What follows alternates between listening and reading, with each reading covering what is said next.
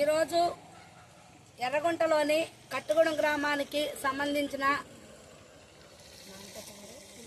షమీన్ కు ఇప్పుడేమో రేపైనా ఎల్లుండైనా ఇట్లే ఉంటుంది సార్. ఇప్పుడు మళ్ళీ అక్కడ ఏమని పెడుతున్నారు, తెలుగుదేశం బీఆర్ఎస్ వాళ్ళు కాంగ్రెస్ వాళ్ళు కొట్టుకున్నారని చెప్పి ఆడదాన్ని పక్కన పెట్టేశారు, ఒక బురకాలో ఉన్నదాన్ని పక్కన పెట్టేశారు.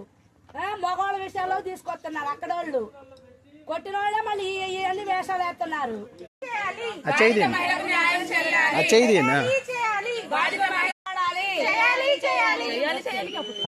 ఒక ఆడ మనిషిని బురకాలో ఉన్న మనిషిని కొడితేనే ఇక్కడ ఏమీ స్పందన లేదు.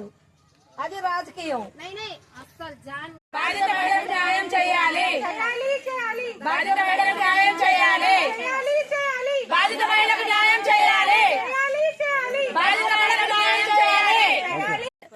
రిపబ్లిక్ డే రోజు ఆడవాళ్ళని గౌరవిస్తారని చెప్తారు. జెండా వందనం నాడే అమ్మాయిని పట్టుకొని రోడ్డు మీద చేయాలి చేయాలి చేయాలి చేయాలి చేయాలి చేయాలి చేయాలి.